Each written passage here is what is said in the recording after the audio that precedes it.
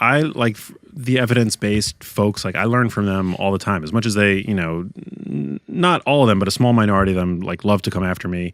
They tend to have a vegan slant, so they love to like. The fuck's wrong with these people? You're a nice guy. Yeah, yeah, dude. I don't know. Vegans, we do love you. Sometimes you're just very mean to us. Yeah. That's all. Yeah, but I learn from everybody. Like I particularly seek out those that have different opinions than my own, so that I can look, whether it's like looking into their sources or just challenging my own assumptions about various things. I think that's crucially important. Yeah, crucially important. Within this whole field too, there's you talked a bit about olive oil, and we were able to talk about that a bit, how it's so beneficial. But when it does come to other oils, specifically seed oils, to be honest, we've had a bunch of people that have come onto the podcast. Some are like, oh, it's the devil, whatever. But, when we look at the practical approach, I don't keep seed oils in the house. I don't cook with them. If I go out to a restaurant, I will eat whatever the fuck I want to eat because I know that I'm not over consuming it. How do you look at seed oils? Like, are we missing it because we're actually intaking it when we eat out? Like, is it as important as people say it is? To be honest, my approach is identical to yours. I don't bring them into my house. Why would you? I mean, I use extra virgin olive oil. Also, the Mind diet, which is an imperfect sort of dietary pattern, but it's the one that, there's good epidemiologic evidence on that being associated with reduced risk for cognitive decline. The only oil that is recommended in that dietary pattern is extra virgin olive oil. If you go to the Mediterranean region of the world, they're not using extra virgin olive oil. There's no, as far as I know, long-lived population for whom which seed oils make up a significant part of the diet. Yeah. They have no flavor profile. They are, right there. Martha Claire Morris herself created the Mind diet out of Rush University. Rest her soul. She passed away, but I got to interview her and meet her a bunch of times. Does Mind stand for something? It is the Mediterranean intervention. It's a combination of the Mediterranean diet and the DASH diet. The DASH diet is a dietary approach to stop hypertension. So that's, as I mentioned, hypertension is a big risk factor for dementia. So if you can get a normal healthy blood pressure and integrate foods like extra virgin olive oil, dark leafy greens, fish, stuff like that, that seems to be a very evidence-based approach. Where I've sort of tweaked it is, these approaches tend to be very grain-based, but I don't think that the Mediterranean diet is beneficial because of grains. I think it's beneficial in spite of grains. Okay. I'm not saying that grains are bad or anything like that, but I think that like you can improve it by reducing grain consumption, especially here in the States. Grains tend to be ultra processed and empty calories for most people.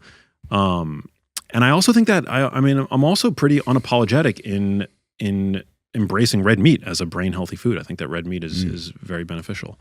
But going back to seed oils, so there's no good reason to integrate them. I mean, that's like starting at like level 1. There's no good reason to introduce them into your diet if you have extra virgin olive oil and if you have avocado oil, which is like a close second in terms of like a good, solid cooking oil with like no flavor profile. But I do think that we do need to look at these oils critically as they are novel foods that didn't exist in the human food supply prior to less than 100 years ago. And we know that our diets are now saturated in these kinds of fats, which are chemically very unstable. They're often oxidized at the point of sale, and when we consume them, in restaurants or when we cook with them and when we heat and reheat them, that oxidation process further continues or accelerates rather. We know that various oxidation byproducts like certain aldehydes are not healthy. They're mutagenic, cancer, can potentially be cancer causing. And so, novel food. And also with regard to the brain, it's a vast experiment being played out on a huge stage. Oh, shit. And we do not know the potential brain consequences of, regularly integrating these kinds of fats into our diet. At the turn of the century, they made up about less than 2.5%, I think, of our total daily calories. And now they're about 7.5%.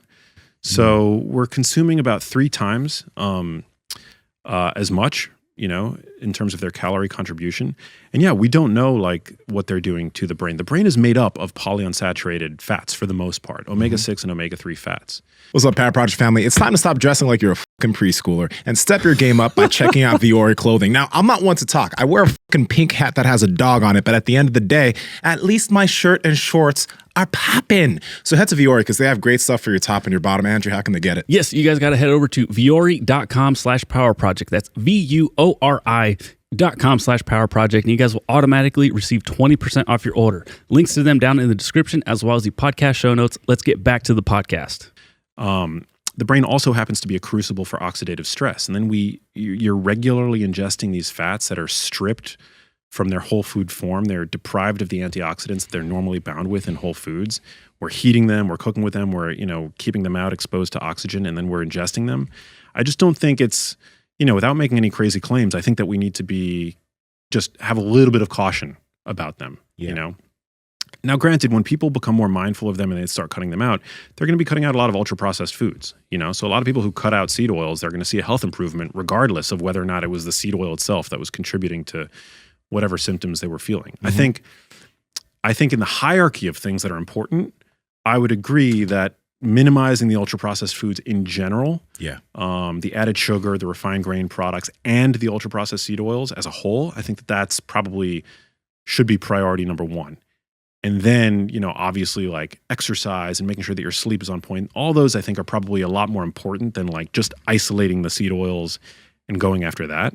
But I do think that I do think that they play a role. Yeah. When you produce them, you create a small but significant amount of trans fats in these oils. And they might not be acutely inflammatory, but again, chronically, I don't think we know. And we do know that first of all, there's